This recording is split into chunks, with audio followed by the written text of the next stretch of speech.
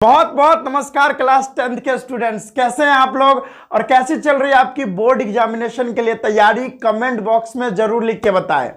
और आज के इस वीडियो में बहुत ही इंपॉर्टेंट चैप्टर जो कि हमारा केमिकल रिएक्शन एंड इक्वेशन है, इसको एक ही वीडियो में कंप्लीट करने वाले हैं और लगभग 50 मिनट के अंदर कंप्लीट कर लेंगे। हाँ भाई, 50 मिनट के अंदर ये चैप्टर को कंप्लीट कर लेंगे और बहुत अच्छे से करेंगे। आपके ये खाली खोपड़ी में ये सारी बातों को डाल दूंगा और एग्जाम का बहुत कम ही दिन बचा हुआ है, तो हम बहुत ही एकदम कंडेंस्ड, इसको बहुत ही कम करके एकदम बहुत ही छोटा रूप में करके एक तरह से माइंड मैप ये आपके लिए हो जाएगा। और यहां पर ये जो पूरा चीज लिखा हुआ है ना, हू बहू आप यही स्क्रीनशॉट कर सकते हो। पहले यही स्क्रीनशॉट कर लो कर लो कर लो कर लो। चलो, अब आपने स्क्रीनशॉट कर लिया होगा। अब मैं आपको ये पढ़ाता हूं और 50 मिनट के अंदर ये पूरे चैप्टर को बहुत अच्छे से समझ लेंगे और इससे रिलेटेड एक भी क्वेश्चन अगर बोर्ड एग्जाम में आएंगे तो आप उसकी खटिया खड़ा कर देने वाले हो, यानी आप उसकी धज्जियां उड़ाओगे। चलिए तो स्टार्ट करते हैं। बहुत ही इंटरेस्टिंग चैप्टर, इंटरेस्टिंग वे में एकदम मजा लेके आपको पढ़ाऊंगा, मजा देकर भी। अब क्या है? केमिकल रिएक्शन एंड इक्वेशन, ये चैप्टर का नाम है। ठीक है, क्लास 10th केमिस्ट्री का फर्स्ट चैप्टर है ये। तो देखो भाई, पहला बात यह है कि केमिकल रिएक्शन होता क्या है। देखो भाई, होता क्या है तो मैं आपको बता देता हूं। केमिकल रिएक्शन एक ऐसा प्रोसेस होता है जिसमें नए नए सब्सटेंस नए नए प्रॉपर्टीज के साथ फॉर्म्ड होती है। जैसे आपको ये मैं बात बता दूं, एक बार और इसको रिपीट कर दूं कि केमिकल रिएक्शन एक ऐसा प्रोसेस होता है जिसमें नए सब्सटेंस बनते हैं नए गुण के साथ। अब आपको मैं बताता हूं। मैंने ले लिया भैया हाइड्रोजन, मैंने ले लिया भैया ऑक्सीजन। अब ये दोनों कंबाइन करके बन जाता है H2O, वाटर, पता होगा। अभी ये गैसियस स्टेट में होता है, ये ऑक्सीजन भी गैसियस स्टेट में और ये भैया लिक्विड स्टेट में। अभी मैं आपको बताता हूं। देखो, हाइड्रोजन तो बहुत ही फ्लेमेबल गैस होता है ना, फ्लेमेबल, ज्वलनशील होता है। और ऑक्सीजन कौन सा गैस होता है? सर, ऑक्सीजन गैस तो प्रमोटर होता है, आग लगाने में ये मदद करता है ना, कंबसन के लिए ये रिस्पॉन्सिबल गैस होता है कि सर अगर ऑक्सीजन गैस नहीं रहेगा तो आग नहीं लगेगा। देख रहे हो, एक ये हाइड्रोजन गैस है जो फ्लेमेबल है, ज्वलनशील है, और ऑक्सीजन गैस क्या है? और आग लगाने का काम करता है। और भाई ये दोनों जब आपस में मिलते हैं तो एक नया चीज का निर्माण हो जाता है, H2O, जल, यानी वाटर का निर्माण होता है। और ये जल तो आग बुझाने का काम करता है भाई। तो समझ रहे हो ना कि ये दोनों कंबाइन किया। जो पहले इन दोनों का गुण था बहुत ही अलग था, लेकिन रिएक्शन के बाद जो नया प्रोडक्ट आपके सामने बन के आया, वाटर, उसका गुण तो इन दोनों से बिल्कुल अलग है। तो यही तो केमिकल रिएक्शन होता है जो आपको ये स्टेटमेंट कह रहा है कि यह एक ऐसा प्रोसेस होता है जिसमें नए सब्सटेंस नए प्रॉपर्टीज के साथ बनती है। तो भाई इन दोनों का गुण अलग था क्योंकि ये तो मतलब ज्वलनशील है और ये आग लगाने में मदद करता है, और नया चीज बना वो तो भाई आग बुझाने में काम आता है। तो ये होता है केमिकल रिएक्शन, नया प्रॉपर्टीज के साथ नया कंपाउंड, नया सब्सटेंस बनता है। बहुत ही बढ़िया। अब केमिकल रिएक्शन होती कैसे है बताता हूं। होती तब है जब एटम्स जो होता है ना वो रीअरेंज करते हैं, तब जाके केमिकल रिएक्शन होता है। आपको बता देता हूं। जैसे ये मैग्नीशियम है, ये ऑक्सीजन है, ये आपस में इस तरह से अरेंज हो गए कि MgO बना दिया, एक नया सब्सटेंस बन गया। यानी होता क्या है भैया?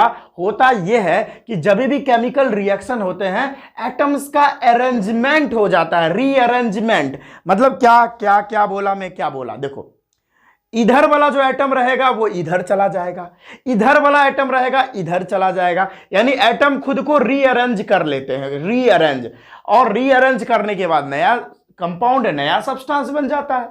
तो एक्चुअल में अगर बात करें केमिकल रिएक्शन होता क्यों है, तो एटम्स के रीअरेंजमेंट की वजह से केमिकल रिएक्शंस होती हैं। बहुत ही बढ़िया सर, है ना सर? चलो भाई, अब सर केमिकल रिएक्शन का एग्जांपल दे दीजिए सर। तो भाई डाइजेशन ऑफ फूड, जब फूड हमारे स्टोमक के अंदर डाइजेस्ट होता है ना, फूड का जब डाइजेशन होता है वो भी एक केमिकल रिएक्शन होता है। बर्निंग ऑफ मैग्नीशियम रिबन, जब भी मैग्नीशियम रिबन को हम बर्न करते हैं, जलाते हैं, तब पर भी वो हमारा जो वो बर्निंग ऑफ मैग्नीशियम रिबन है वो एक केमिकल रिएक्शन है। आपको जो है मैग्नीशियम रिबन का रिएक्शन में आपको बता दे रहा हूं। यहां पर आप देख सकते हैं, मैं ही हूं, ये क्लास में रिएक्शन करवा चुका हूं। मैग्नीशियम रिबन को जब जलाते हैं तो व्हाइट डेजलिंग फ्लेम से जलता है, ठीक है, तो ये भी एक केमिकल रिएक्शन होती है। आगे रिस्पिरेशन भी एक केमिकल रिएक्शन है। राइपिंग ऑफ फ्रूट्स, जो फल होता है वो पक जाता है, कच्चा पहले रहता है फिर पक जाता है, वो भी एक केमिकल रिएक्शन है भाई। हाँ, बर्निंग ऑफ पेपर, पेपर का जलना भी एक केमिकल रिएक्शन है। हाँ भाई, सारी केमिकल रिएक्शंस है। अब देखो यहां पर मैग्नीशियम और ऑक्सीजन आपस में रिएक्ट करके मैग्नीशियम ऑक्साइड बनाया। ये जब मैग्नीशियम ऑक्साइड बनाया तो देखो ये वाला पार्ट है ना, ये वाला पार्ट, इसको रिएक्टेंट बोलते हैं। यानी ये जो तीर आपको दिख रहा है, ये जो एरो दिख रहा है, इसका जो पिछवाड़ा है वो जितने भी पिछवाड़े में जो एलिमेंट्स हैं वो रिएक्टेंट हो जाएंगे, और ये जो मुंडी देख रहे हो इसका वो प्रोडक्ट है। यानी कहने का बात, ओवरऑल बात करें तो रिएक्टेंट वो सब्सटेंस होते हैं जो केमिकल रिएक्शन में पार्टिसिपेट करते हैं। क्या बोला मैं? जो केमिकल रिएक्शन में पार्टिसिपेट करते हैं वो होते हैं हमारे रिएक्टेंट। ये देखो मैग्नीशियम और ऑक्सीजन ये दोनों पार्टिसिपेट कर रहे हैं रिएक्शन में, तो ये रिएक्टेंट हो गया। प्रोडक्ट क्या हुआ?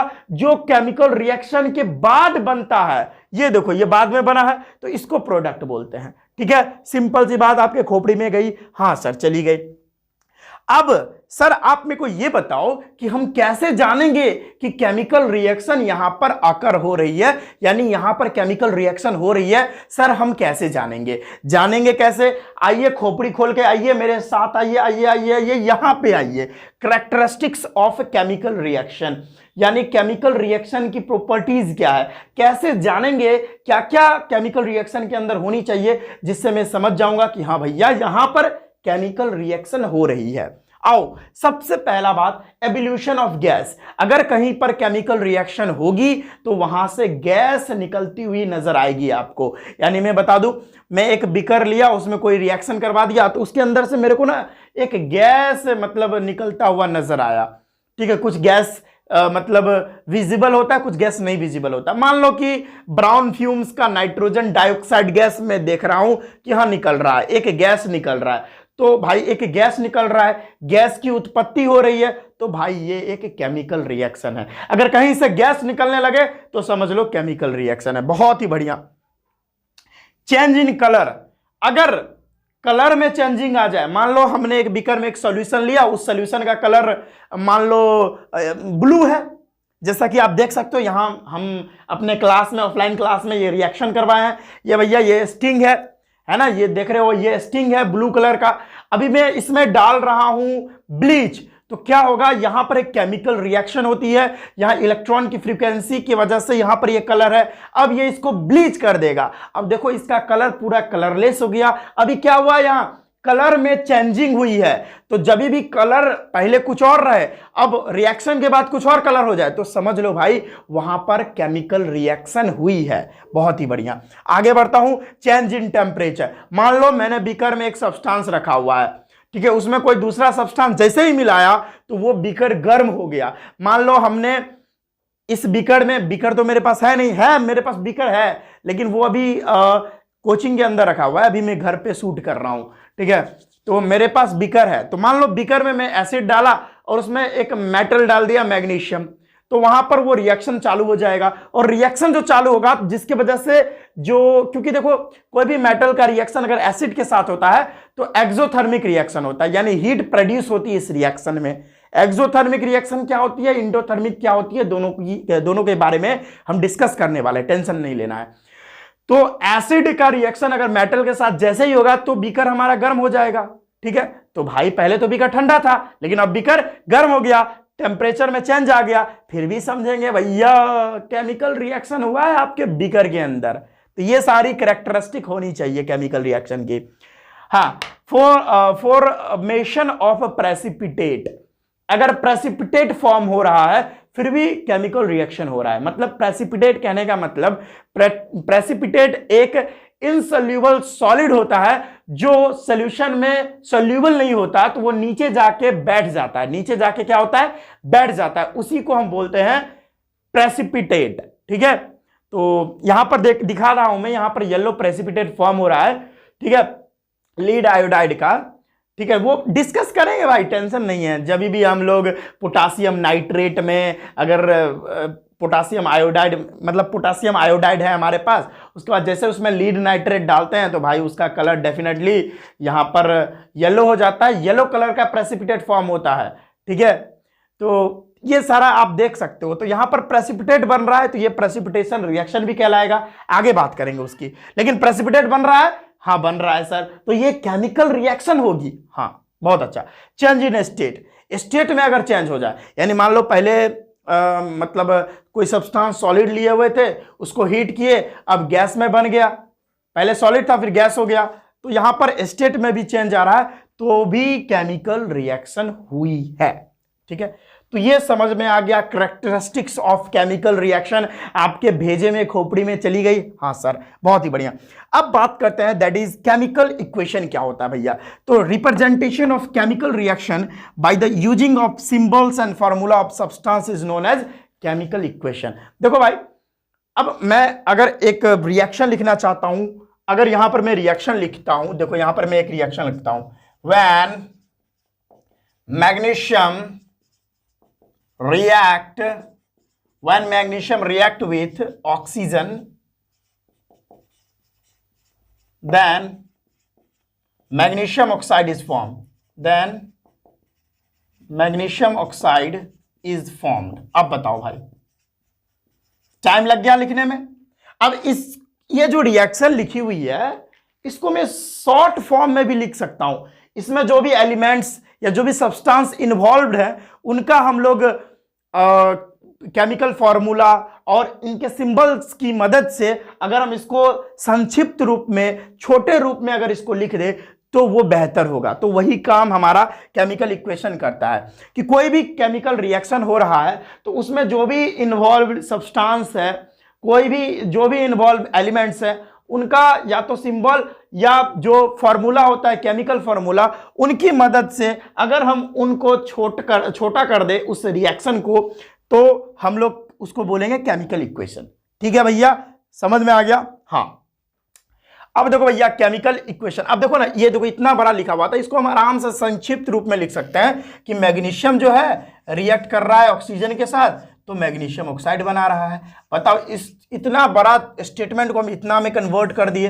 ठीक है, तो ये मतलब इजी मेथड है, इजी मेथड है, समझ में आ रहा है। हाँ तो अब देखो भैया केमिकल इक्वेशन दो टाइप की होती है, एक होता है भैया बैलेंस्ड केमिकल इक्वेशन और एक होता है unbalanced chemical equation.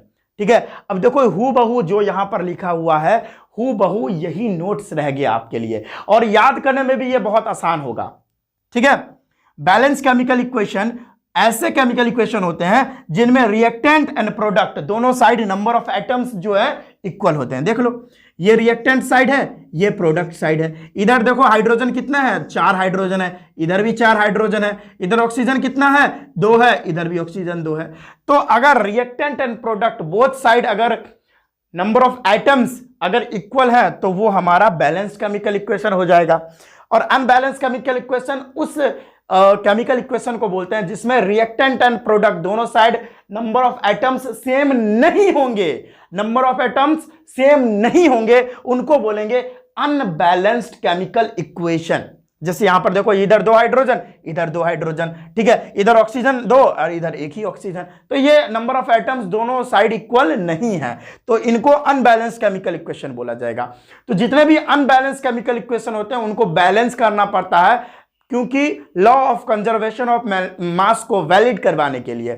Law of conservation of mass ये कहता है कि रिएक्टेंट एंड प्रोडक्ट साइड दोनों तरफ जो मासेस होती है सब्सटेंस की जो इन्वॉल्व हो रहे हैं रिएक्शन में, उनका जो मास होता है और जो प्रोडक्ट बन रहा है दोनों का मास इक्वल होता है दोनों साइड। तो भाई नंबर ऑफ एटम्स इक्वल रखेंगे तभी तो मास इक्वल होगा।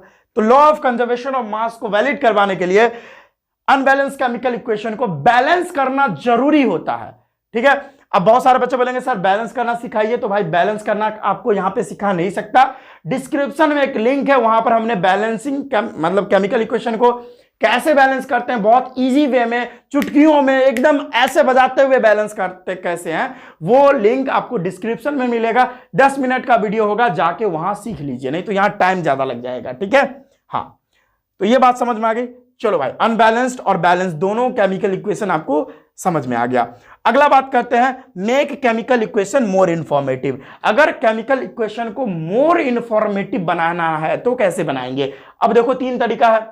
पहले जो भी केमिकल इक्वेशन में या जो भी केमिकल रिएक्शन में भाग ले रहे हैं, यानी जो भी केमिकल इक्वेशन में जो सब्सटेंसेस हैं, वो सारे सब्सटेंस का फिजिकल स्टेट आप दिखा दो।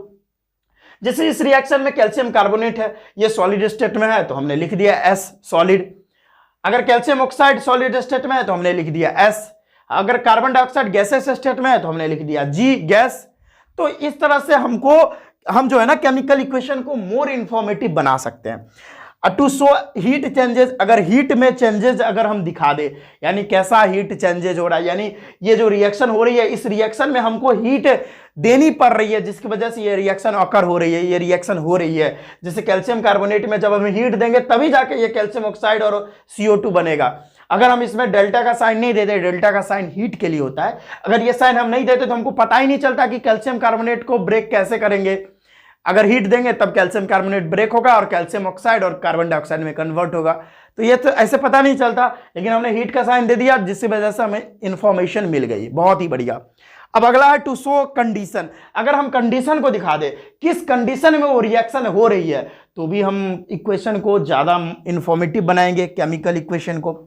जैसे नाइट्रोजन और हाइड्रोजन का रिएक्शन कर रहा है, ये हैबस प्रोसेस का रिएक्शन है, नाइट्रोजन और हाइड्रोजन का रिएक्शन करवा रहा है। तो भाई ये जो है ना, ये दोनों एक तरह से समझ लो तो जानी दुश्मन एक दूसरे के। ये आपस में रिएक्शन ऐसे करेंगे नहीं। ये देखो, इतना कंडीशन जब तक नहीं डालोगे, इतना स्थिति मतलब चाहिए इन दोनों को मिलाने में आपस में। ठीक है, ये 400 से 500 डिग्री के बीच में टेम्परेचर, 200 ATM प्रेशर, उसके बाद MO प्लस Fe यानी मोलिबेडनम और Fe ये कैटलिस्ट है। वैसे मोलिबेडनम जो है प्रमोटर होता है, एक तरह से कैटलिस्ट ही हुआ, और Fe ये कैटलिस्ट होता है। ये कैटलिस्ट जो है तब जाके, ये जो कैटलिस्ट होते हैं रेट ऑफ रिएक्शन को बढ़ा या घटा सकते हैं। ये डालेंगे तब जाके ये अमोनिया बनेगा, तब जाके ये दोनों कंबाइन करेगा। ये कंडीशन है भाई, ये क्या है, ये कंडीशन है। तो ये कंडीशन को भी अगर हम दिखा दे तो हम इक्वेशन को, केमिकल इक्वेशन को मोर इंफॉर्मेटिव बना सकते हैं। तो भाई ये तो एक बोर्ड का था, अभी और सारी बातें करनी है, पहले इतना नोट कर लो आप, पहले आप पूरा नोट कर लो भाई।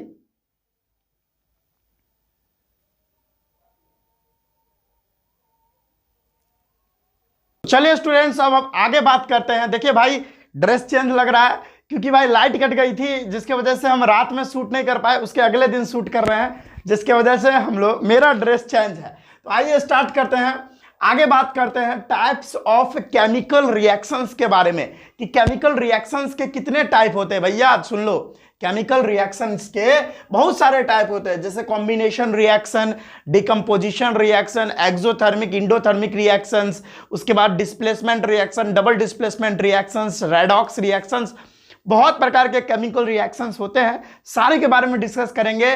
खोपड़ी, दिल, गुर्दा, फेफड़ा सब कुछ खोल के बैठे पढ़ाई करने के लिए। और कल जो है छठ पूजा है, तो आप सभी को छठ पूजा की हार्दिक शुभकामनाएं, बहुत बहुत ज्यादा कह सकते हो शुभकामनाएं, बहुत बहुत शुभकामनाएं। और सबसे हम लोग बिहार वाले और यूपी वालों के लिए तो छठ पर्व ही सब कुछ है, क्योंकि छठ पर्व जो होता है सबसे कठिन व्रत होता है। जो छठ पूजा करती हैं हमारी माँ और दादी लोग, तो वो जो छठ पूजा करती है 3 दिन तक खाना नहीं खाती। समझ सकते हो भाई, हम लोग 1 दिन खाना नहीं खाते तो कितना प्रॉब्लम होता है। 3 दिन मतलब सह के वो छठ का ये पावन त्योहार करती है। बहुत बहुत अच्छा लगता है यार। छठ पर्व तो हम लोगों के लिए एक इमोशन है, लेकिन छठ पूजा कल है, तो आज भर हम मतलब आज के दिन वीडियो बना लेते हैं, कल तो नहीं वीडियो आ पाएगी। तो फिर से बोलना चाहता हूँ छठ पूजा की हार्दिक शुभकामनाएं। तो आइए हम अपने टॉपिक पे आते हैं। कॉम्बिनेशन रिएक्शन के बारे में पहले बात करते हैं। देखो भाई, कॉम्बिनेशन रिएक्शन ऐसा रिएक्शन होता है जिसमें 2 या 2 से ज्यादा रिएक्टेंट, क्या 2 या 2 से ज्यादा रिएक्टेंट या दो से ज्यादा सब्सटेंस आपस में कंबाइन करते हैं, मिलते हैं, और मिलने के बाद आपको एक ही प्रोडक्ट का फॉर्मेशन करते हैं, एक ही सब्सटेंस का फॉर्मेशन करते हैं, तो उन्हीं को कॉम्बिनेशन रिएक्शन कहते हैं। जैसे आप ए ले लो प्लस बी ले लो प्लस सी ले लो, तीनों कंबाइन करके ए बी सी दे दिया, तो यही कॉम्बिनेशन रिएक्शन है, क्योंकि 1 2 3 सब्सटेंस मिलके आपको एक प्रोडक्ट बना के दे रहा है, तो यही कॉम्बिनेशन रिएक्शन होता है। खोपड़ी में जा रही है। हाँ, एक एग्जांपल दे देता हूं, ये कैल्शियम ऑक्साइड है, इसको क्विक लाइम भी बोलते हैं। जब भी ये वाटर के साथ रिएक्शन करता है तो कैल्शियम हाइड्रोक्साइड देता है, ठीक है, क्योंकि देखिए दो मिलकर एक बना रहा है, तो कॉम्बिनेशन रिएक्शन है। और इस रिएक्शन में हीट भी प्रोड्यूस होती है, हीट भी इवॉल्व होती है, जिसके वजह से इसको इंडोथर्मिक रिएक्शन भी बोलते हैं। अब आगे वही है, एक्सोथर्मिक रिएक्शन और इंडोथर्मिक रिएक्शन क्या होता है भाई। इधर एक्सोथर्मिक रिएक्शन दिया हुआ है, ऐसा रिएक्शन जिसमें हीट प्रोड्यूस हो। बोला मैं, क्या बोला मैंने बोला ऐसा रिएक्शन जिसमें हीट प्रोड्यूस हो, उसी को एक्सोथर्मिक रिएक्शन बोलते हैं। जैसे भैया रिस्पिरेशन एक एक्सोथर्मिक रिएक्शन है, देख रहे हो, इसमें एनर्जी प्रोड्यूस हो रही है, तो जिसमें एनर्जी या हीट प्रोड्यूस हो, किसी भी प्रकार की एनर्जी या हीट प्रोड्यूस हो, एक्सोथर्मिक रिएक्शन है। तो रिस्पिरेशन एक ऐसा केमिकल प्रोसेस है, बायोकेमिकल प्रोसेस है, जिसमें एनर्जी रिलीज होती है। तो रिस्पिरेशन एक एक्सोथर्मिक रिएक्शन होती है। उसके बाद हम बात करेंगे इंडोथर्मिक रिएक्शन की। तो इंडोथर्मिक रिएक्शन ऐसी प्रोसेस होती है, ऐसी रिएक्शंस होती है जिसमें एनर्जी या हीट, कोई भी एनर्जी या हीट, या तो हीट या किसी भी प्रकार की एनर्जी एब्जॉर्ब होती है, तो उसको इंडोथर्मिक रिएक्शन कहते हैं। एग्जांपल में फोटोसिंथेसिस जो है, यह एक इंडोथर्मिक रिएक्शन होता है भाई। जैसे आप रिएक्शन में देख सकते हो, यहां पर जो सनलाइट आपको दिख रहा है, यह सनलाइट एनर्जी एब्जॉर्ब होती है क्लोरोफिल के द्वारा, तब जाके हमको ग्लूकोज और ऑक्सीजन मिलता है। तो इस प्रोसेस में सनलाइट एनर्जी जो है, सनलाइट भी एक प्रकार की एनर्जी होती है, वो एब्जॉर्ब होती है क्लोरोफिल के द्वारा, जिसके वजह से यहां पर एनर्जी एब्जॉर्ब हुई है, इसीलिए फोटोसिंथेसिस को इंडोथर्मिक रिएक्शन कहते हैं। बहुत ही बढ़िया। आगे बात करता हूं भाई, डिकम्पोजिशन रिएक्शन। देखो, डिकम्पोजिशन रिएक्शन ऐसा रिएक्शन होता है जिसमें कोई एक कंपाउंड ब्रेक करता है दो या दो से अधिक सब्सटेंस में, उसी को हम बोलते हैं डिकम्पोजिशन रिएक्शन, है ना। जैसे देखो जैसे XYZ है, जैसे XYZ कोई कंपाउंड है, इसमें आप इसको हीट करके ब्रेक करवाए तो X और Y और Z तीनों अलग हो गया, तो यही डिकम्पोजिशन रिएक्शन है। जिसमें एक सिंगल कंपाउंड दो या दो से अधिक सब्सटेंस में टूट जाता है, उसी को डिकम्पोजिशन रिएक्शन कहते हैं। बोलो भाई, ये सारी तो सिंपल सी बातें आपको खोपड़ी में जानी चाहिए, लेकिन भैया ये डिकम्पोजिशन रिएक्शन के 3 टाइप होते हैं। एक है थर्मल डिकम्पोजिशन। क्या बोला भाई? एक होता है थर्मल डिकम्पोजिशन। थर्मल डिकम्पोजिशन ऐसा डिकम्पोजिशन रिएक्शन होता है जिसमें हीट डालकर कोई सब्सटेंस को, कोई बड़े यौगिक को, कोई बड़े कंपाउंड को तोड़ते हैं। देख रहे हो, यहां पर हीट डाल के इस कंपाउंड को तोड़ रहे हैं, तो ये थर्मल डिकम्पोजिशन है। थर्मल मीन्स होता है हीट और डिकम्पोजिशन मीन्स तोड़ना। हीट डालकर कोई कंपाउंड को ब्रेक करवा रहे हैं तो उसको थर्मल डिकम्पोजिशन बोलेंगे। और ये एनसीईआरटी का आपको यहां पर केमिकल रिएक्शन लिखा हुआ है, PbNO3 लीड नाइट्रेट, जो कि कलरलेस सब्सटेंस होता है, इसको हीट करके तोड़े, यानी हीट दिए, तो ये थर्मल डिकम्पोजिशन है। तो हीट डालकर इस कंपाउंड को तोड़ रहे हैं, तब बन रहा है PbO लीड ऑक्साइड। इसको बैलेंस कर लो भाई, आप यहां पर 2 लगा दो, ठीक है, यहां पर 4, यहां पर 2। अब देख लो, नहीं, यहां पे 2 और यहां पे 4। अगर बैलेंस नहीं होगा तो आप कर लेना बैलेंस, ठीक है। हाँ, तो देख रहे हो, यहां पर PbO लीड ऑक्साइड बनता है, येलो कलर का होता है। फिर नाइट्रोजन डाइऑक्साइड ब्राउन कलर का ये गैस होता है, ठीक है, और ऑक्सीजन भी बनता है। उसके बाद हम बात करेंगे इलेक्ट्रोलाइटिक डिकम्पोजिशन। इलेक्ट्रोलाइटिक डिकम्पोजिशन ऐसा डिकम्पोजिशन रिएक्शन होता है जिसमें कोई एक कंपाउंड को हम लोग इलेक्ट्रिसिटी डालकर, विद्युत धारा डालकर, इलेक्ट्रिसिटी डालकर उस बड़े कंपाउंड को तोड़ते हैं, ब्रेक करवाते हैं, तो उसको इलेक्ट्रोलाइटिक डिकम्पोजिशन बोलते हैं। देख लो, जैसे वाटर में हम क्या किए, इलेक्ट्रिसिटी पास करवाए, वाटर हाइड्रोजन और ऑक्सीजन में ये टूट गया, इसको बैलेंस कर लो, 2 बैलेंस हो गया, ठीक है। अब यहां एल्युमिनियम ऑक्साइड है, इसमें इलेक्ट्रिसिटी पास करवाए, ये एल्युमिनियम ऑक्साइड लिक्विड स्टेट में होता है, ये भी लिक्विड, और ये गैस में होता है, ठीक है।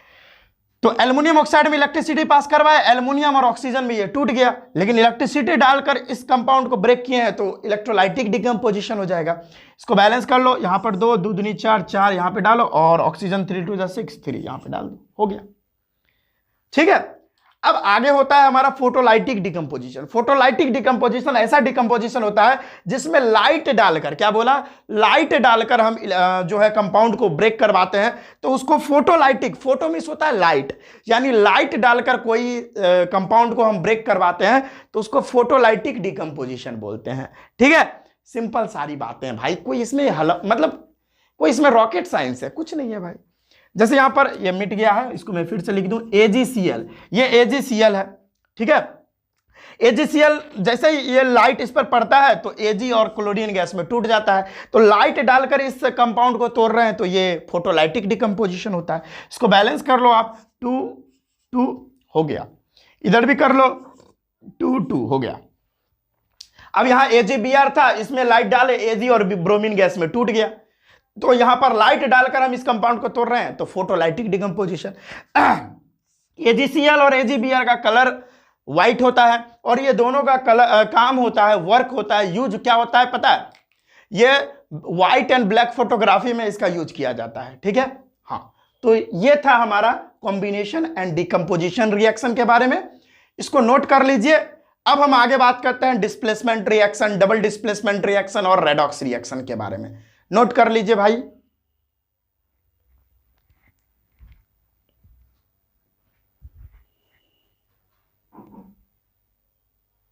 बात करते हैं डिस्प्लेसमेंट रिएक्शन के बारे में, ठीक है।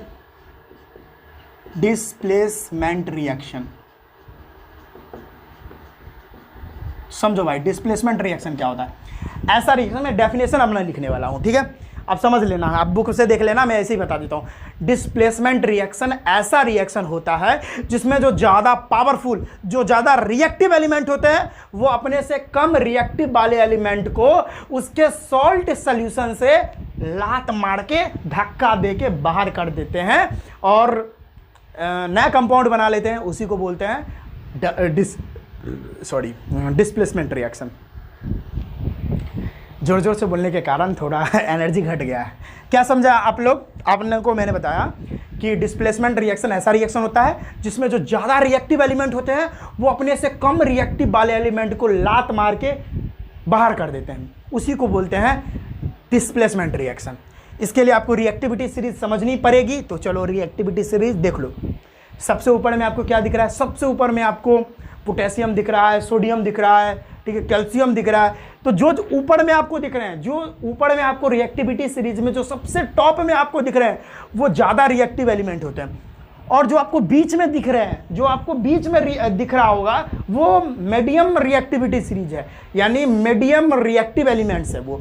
और जो सबसे नीचे आपको दिख रहे हैं वो बहुत ही लेस रिएक्टिव एलिमेंट्स होते हैं, यानी बहुत ही लेस बोले तो बहुत ही एक तरह से कमज़ोर होते हैं, ठीक है, समझ में आया? हाँ, बहुत ही बढ़िया। चलो तो एक एग्जांपल ले लेता हूँ इसका डबल डिस्प्लेसमेंट का। सुनो, इसका मैं ऐसे बना देता हूँ, जैसे अगर ए बी प्लस सी है और सी ज़्यादा रिएक्टिव है ए से, तो क्या करेगा? सी आएगा, कहेगा बेटा निकल जा मेरे घर से, तू मेरे घर से ना, मतलब ये तुम्हारा ही घर है, लेकिन मैं तुमसे ज़्यादा पावरफुल हूँ तो मैं लात मार के तुमको ख़त्म कर दूंगा, आपके घर से भगा दूंगा। ये ज़्यादा रिएक्टिव था और ये ए कम रिएक्टिव था, ठीक है। एक तरह से ऐसे समझ सकते हो, ए और बी दोनों पत्नी हैं, ठीक है। अब सी जो है तनी ज़्यादा पैसा वाला हो गया, एकदम सब कुछ हो गया उसके पास, wealth health A to Z चीज़, ठीक है, जिससे रानी को वो खुश कर पाए, जिससे ये मतलब इसकी पत्नी को खुश कर पाए। तो ये आएगा आराम से, इसको क्या करेगा? हटा देगा, कहेगा भाग यहाँ से, तुम जो है ना इसके काबिल नहीं रहा, तो आराम से इसको भगा देगा और सी भी यहाँ पर आ जाएगा और बेटा ए तो चला गया तेल लेने के लिए, समझ में? तो यही है डिस्प्लेसमेंट रिएक्शन। इसमें क्या होता है, कोई ज़्यादा रिएक्टिव एलिमेंट अपने से कम रिएक्टिव वाले एलिमेंट को उसके जगह से बाहर कर देता है, यानी उसके सॉल्ट सॉल्यूशन से बाहर कर देता है, यही डिस्प्लेसमेंट रिएक्शन है। एग्जांपल देता हूँ, आपके एनसीईआरटी में जो दे रखी है कॉपर सल्फेट, ठीक है, कॉपर सल्फेट का रिएक्शन है ना। हाँ, उसके बाद Fe, ये क्या बनाता है? ये देखो Fe ज़्यादा रिएक्टिव है, आपको दिख भी रहा होगा, यानी आपने अभी देखा भी आयरन जो है ज़्यादा रिएक्टिव है कॉपर से, तो ये आएगा इसको इसकी जगह से बाहर कर देगा और क्या बना देगा FeSO4 और प्लस में कॉपर बाहर चला गया, ख़त्म। अब देखो ये जो CuSO4 है इसका कलर ब्लू होता है, याद रखिएगा, और ये जो होता है ना ये FeSO4 ये लाइट ग्रीन होता है, इसका कलर जो है लाइट ग्रीन होता है, हल्का हल्का हरा होता है, ठीक है, ये बात होती है। यही था हमारा डिस्प्लेसमेंट रिएक्शन। आगे बढ़े भाई, डबल डिस्प्लेसमेंट के पास चले। हाँ सर चलिए चलिए चलिए डबल डिस्प्लेसमेंट के पास चलिए सर आप। ठीक है बेटा, डबल डिस्प्लेसमेंट रिएक्शन, बहुत ही बढ़िया सर, पढ़ा दो। डबल डिस्प्लेसमेंट रिएक्शन में क्या होता है, आयंस एक्सचेंज करता है। आयंस के एक्सचेंजिंग के वजह से न्यू कंपाउंड्स जब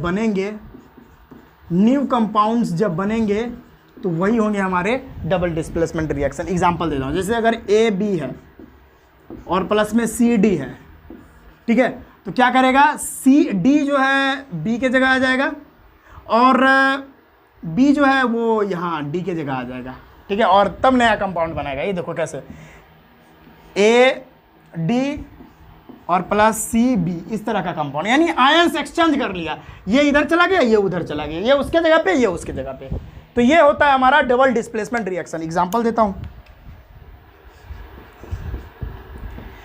BaCl2 और प्लस में क्या था, अगर बेरियम सल्फेट बन रहा है और अगर सोडियम क्लोराइड बन रहा है तो Na2SO4 तो नहीं था। देख लेते हैं भाई एक बार में, अगर नहीं भी याद है ना तो मेरे को कंसेप्ट पता है तुरंत याद हो जाएगा। तो क्या बन रहा था, NaCl बन रहा था और प्लस में BaSO4 बन रहा था। आई होप सो, मेरे को याद ना है, मेरे को मतलब याद नहीं आ रहा है, बस अभी ऑटोमेटिक ब्रेन में नहीं आ रहा है, लेकिन आई थिंक यही होना चाहिए। BaSO4 शायद वाइट कलर का प्रेसिपिटेट होता है, वाइट PPT बनता है यहाँ पे, ठीक है। आप देख लेना, अगर गलत होगा ना तो आप सही कर लेना ज़रा, ठीक है। मेरे माइंड से स्लिप है और मेरे पास अभी NCERT बुक नहीं है।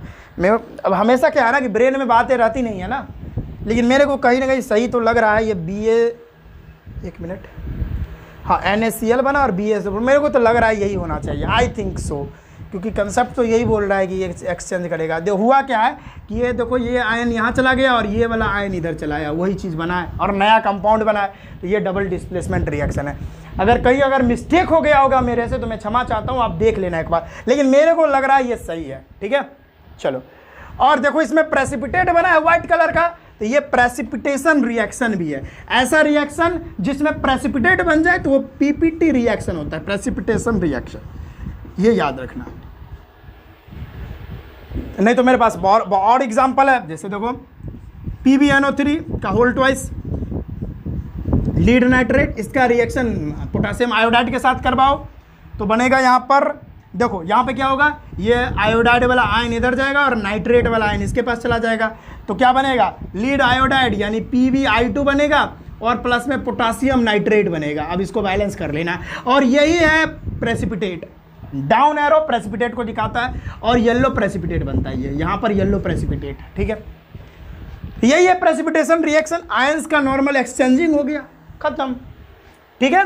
चलो, ये तो आपको बताया ये कलरलेस होता है, आपको लीड नाइट्रेट कलरलेस होता है और ये येलो कलर का होता है, बस बात यही है। फिजिकल स्टेट भी लिख देता हूँ, ये भाई सॉलिड होता है, ये भी सॉलिड होता है, लेकिन एक्वस लिख लो आप, ठीक है, एक्वस होता है, एक्वस सोल्यूशन है ये सारा, ये एक्वस है, ये सॉलिड में होगा। प्रेसिपिटेट हमेशा सॉलिड में होता है, ये याद रखिए, ये एक्वस, ये भी एक्वस, ये भी एक्वस, हाँ, और ये भी एक्वस, ठीक है, याद रखिएगा ये सारी बातें को, ठीक है। अब बात करते हैं रेडॉक्स रिएक्शन की, चलिए नोट कर लीजिए इसको। अब बात करते हैं रेडॉक्स रिएक्शन की, पीछे जाके नोट कर सकते हैं आप लोग। अभी मेरे प्यारे बच्चों बोर्डिंग क्यों हो रहे हो, विजेता सर आपके सामने खड़े हैं, एक एक बात आपके दिमाग में खोपड़ी में ना घुसा दिया ना तो मेरा ना कुछ ना बोलूँगा इसके आगे, नहीं तो आप सच में ऐसा कर दोगे छोड़ो, पढ़ाई पे ध्यान दो बस, ठीक है। गर्मी तो लग रही है लेकिन कोई बात नहीं है भाई, मैंने बोला तो 1 शॉट में ही कंप्लीट करूँगा, और लाइट भी साथ दे रहा है, थैंक यू। चलो अब बात करते हैं रेडॉक्स रिएक्शन की। Redox reaction. भाई रेडॉक्स रिएक्शन क्या होता है? मैंने कुछ छोड़ा तो नहीं? नहीं, मैंने तो छोड़ा तो नहीं है। हाँ नहीं, रेडॉक्स रिएक्शन देखो, RED से पता ही चल रहा है कि यहाँ पर रिडक्शन होगा। पहला नंबर RED से रिडक्शन, और OX से बैल नहीं, OX से ऑक्सीडेशन। ठीक है, हाँ। तो ऐसा रिएक्शन जिसमें ऑक्सीडेशन और रिडक्शन, यानी ऑक्सीडेशन और रिडक्शन दोनों एक साथ हो जाए, ऐसा रिएक्शन जिसमें ऑक्सीडेशन और रिडक्शन दोनों एक साथ हो जाए, तो वो जो रिएक्शन होता है उसको रिडॉक्स रिएक्शन कहते हैं, रेडॉक्स रिएक्शन कहते हैं। यानी ऐसा रिएक्शन जिसमें ऑक्सीडेशन और रिडक्शन दोनों एक साथ हो जाए तो उसको क्या बोलते हैं? Redox reaction. तो ऑक्सीडेशन और रिडक्शन क्या होता है मैं बताता हूं। देखो ऑक्सीडेशन क्या होता है, देखो अगर आप कोई भी सब्सटेंस से या डायरेक्ट कहो एडिंग ऑफ ऑक्सीजन, कोई भी सब्सटेंस से ऑक्सीजन ऐड हो रहा है उसको ऑक्सीडेशन बोलेंगे। या कोई भी सब्सटेंस से हाइड्रोजन आप रिमूव कर रहे हो तो भी ऑक्सीडेशन, या कोई भी सब्सटेंस से इलेक्ट्रॉन का लॉस हो रहा है फिर भी ऑक्सीडेशन। बहुत तरीके हैं ऑक्सीडेशन को डिफाइन करने का। रिडक्शन ठीक इसका उल्टा, इसमें ऑक्सीजन ऐड कर रहे हैं, इसमें करेंगे रिमूवल ऑफ, तो पहले लिख लो एडिंग ऑफ हाइड्रोजन। अगर कोई सब्सटेंस से हाइड्रोजन ऐड कर रहे हो तो रिडक्शन होगा।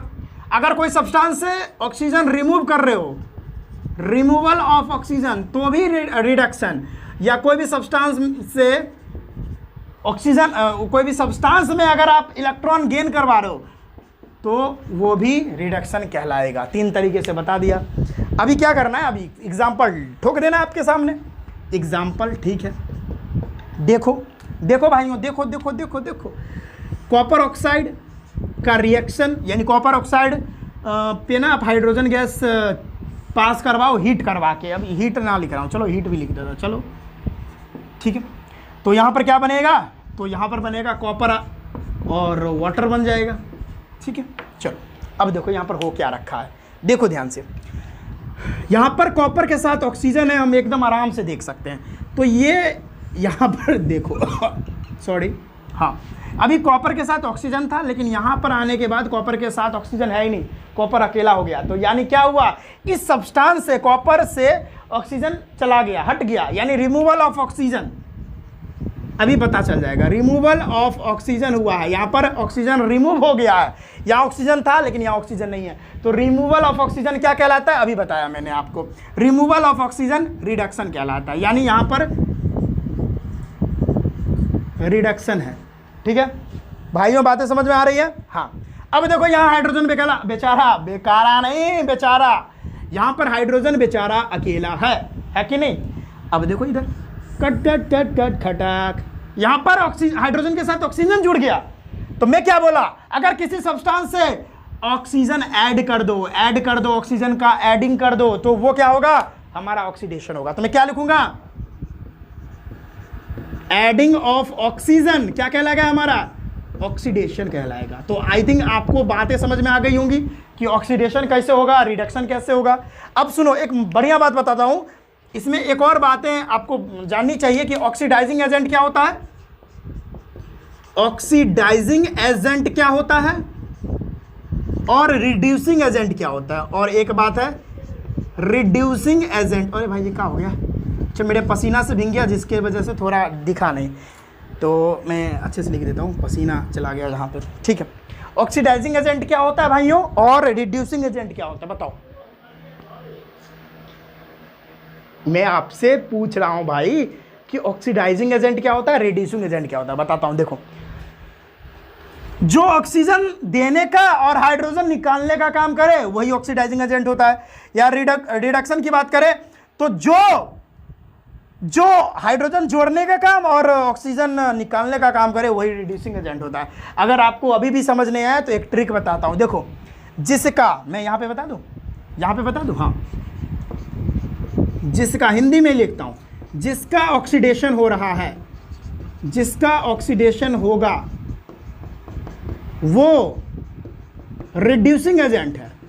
वो क्या है, वो रिड्यूसिंग एजेंट है। और दूसरी पॉइंट, जिसका रिडक्शन होगा जिसका रिडक्शन होगा वो ऑक्सीडाइजिंग एजेंट होगा। वो क्या होगा? ऑक्सीडाइजिंग एजेंट होगा। बस उल्टा कर देना है और कुछ नहीं करना। देखो बताता हूं।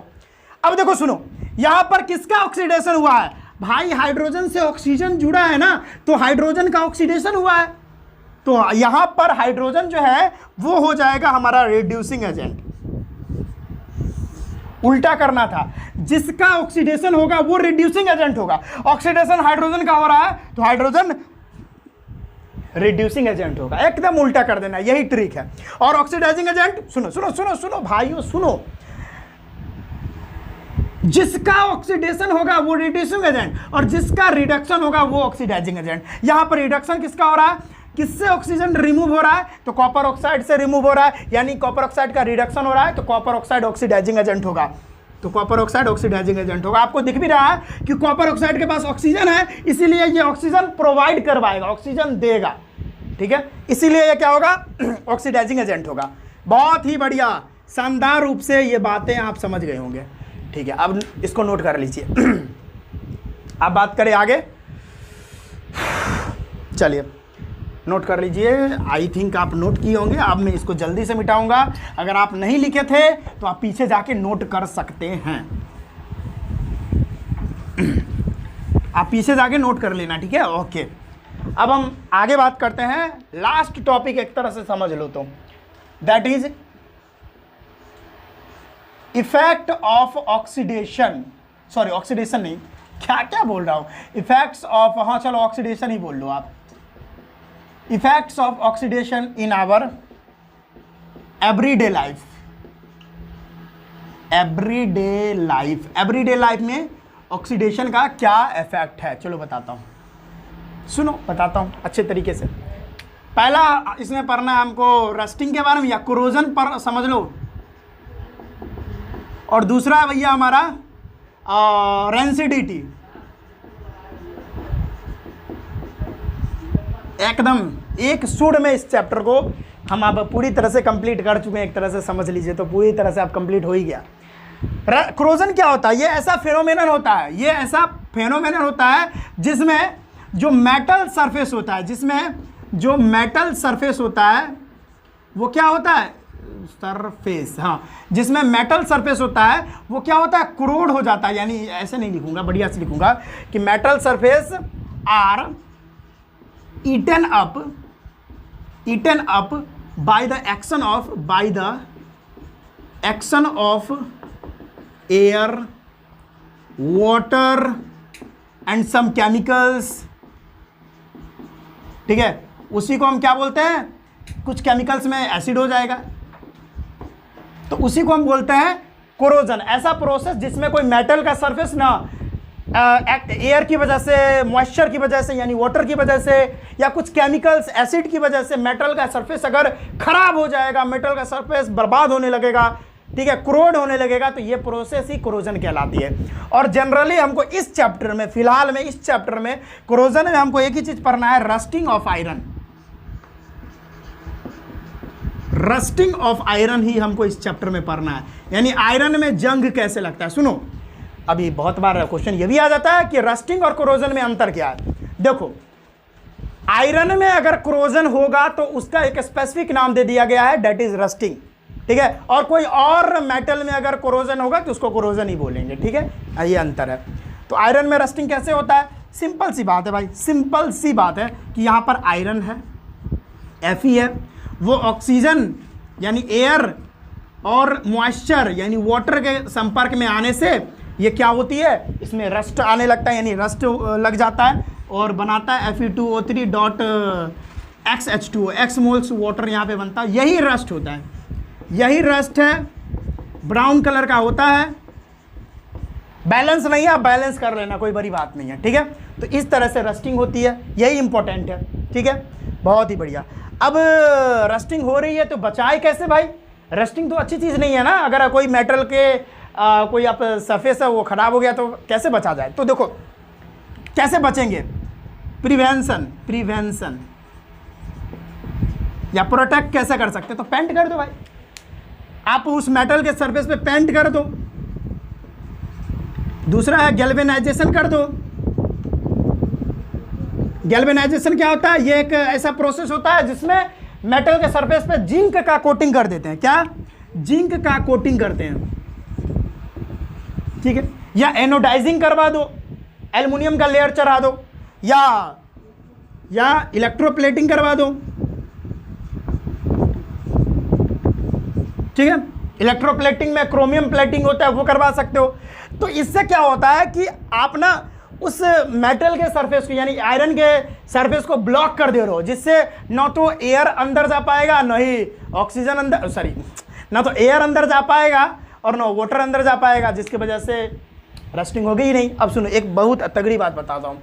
एक तगड़ी बात यह है कि सुनो, रस्टिंग तभी होगी जब जो है मॉइस्चर मिलेगी और एयर मिलेगी, दोनों मिलना चाहिए। अगर दोनों में से कोई एक चीज को मतलब नहीं मिला तो रस्टिंग नहीं होगी। वही बात मैं बता रहा हूं। अगर आपको रस्टिंग करवाना है, सुनो भाई, अगर आपको आयरन के सरफेस पे रस्टिंग करवाना है तो उस आयरन के मेटल पर ऑक्सीजन भी जाना चाहिए, यानी एयर भी जाना चाहिए, और दूसरा चीज वाटर भी जाना चाहिए, तब जाके रस्टिंग होगी। अगर दोनों में से कोई एक चीज मिस हो गया तो नहीं होगा। इसीलिए पेंट करते हैं तो भाई एक लेयर चढ़ जाता है, जिसके वजह से ना तो एयर अंदर जा पाता है, ना ही वाटर अंदर जा पाता है, तो रस्टिंग कहाँ से होगी? ठीक है, ये बात होती है। ये वो टेस्ट ट्यूब होल्डर है, ठीक है। हाँ भाई, वहाँ पे देख लिया मैंने बच्चे होशियार है, ठीक है। तो आई होप ये क्लियर हो गया। हाँ चलिए, ये है रस्टिंग ऑफ आयरन, आपको बता दिया। अब रेंसिडिटी क्या भाई? रेंसिडिटी भी एक ऐसा प्रोसेस होता है जिसमें ना फूड का ऑक्सीडेशन हो जाता है, और फूड का जैसे ही ऑक्सीडेशन हो जाएगा तो खाना खराब हो जाएगा, खाना का स्मेल खराब हो जाएगा, ठीक है। ज़्यादातर ऑयली फूड का होता है, खाना खराब हो जाएगा, खाना का स्वाद चेंज हो जाएगा, और मतलब उसमें से अजीब स्मेल आने लगेगा जो अच्छा नहीं है। ये तो बहुत गड़बड़ चीज़ है भाई। अब रेंसिडिटी हो गया, फूड भाई खराब हो गया, तो उसको हम खाएंगे कैसे? अगर मान के चलिए पापा अगर काम करने जा रहे हैं और वो पापा जो है सुबह में खाना खाए, उसके बाद मतलब जो है रात में खाना खाएंगे, अब इतने समय में तो फूड का ऑक्सीडेशन हो जाएगा, खराब हो जाएगा, तो उसको क्या करे? तो उसको बचाने के लिए, यानी फूड को रेंसिडिटी से प्रिवेंट करवाने के लिए बहुत सारा प्रोसेस है, वो बता देता हूँ। पहला जो है, लो टेम्परेचर में फूड को रखो। लो टेम्परेचर में आप फूड को रखो, जैसे फ्रीज वगैरह में हो गया, ये सारे चीज़ों में आप फूड को रखोगे तो लो टेम्परेचर में ऑक्सीडेशन बहुत स्लो होता है। ऐसा नहीं कि भाई आप फ्रीज में घुसा दिए पूरा साल भर में खाना अच्छा रहेगा, नहीं भाई, 1 से 2 दिन वही खाना रख पाएगा अच्छा, उससे ज़्यादा नहीं। तो लो टेम्परेचर में ऑक्सीडेशन स्लो होता है, तो ज़्यादा समय तक आप खाने को सही तरीके से रख सकते हो, ठीक है। दूसरा तरीका है आप एंटीऑक्सीडेंट का यूज कर लो। एंटीऑक्सीडेंट जैसे आता है भाई, बहुत सारा एंटीऑक्सीडेंट आता है जैसे BHA, BHT का यूज कर सकते हो।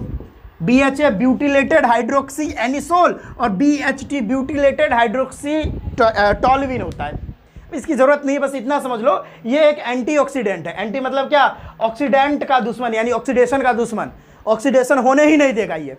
तो ये अगर फूड में मिक्स कर दोगे तो फूड का ऑक्सीडेशन ही नहीं होगा, तो खाना ज़्यादा देर तक रहेगा बचा हुआ, ठीक है। या आप फूड का पैकिंग कर सकते हो नाइट्रोजन गैस से। Packing of food with N2 gas.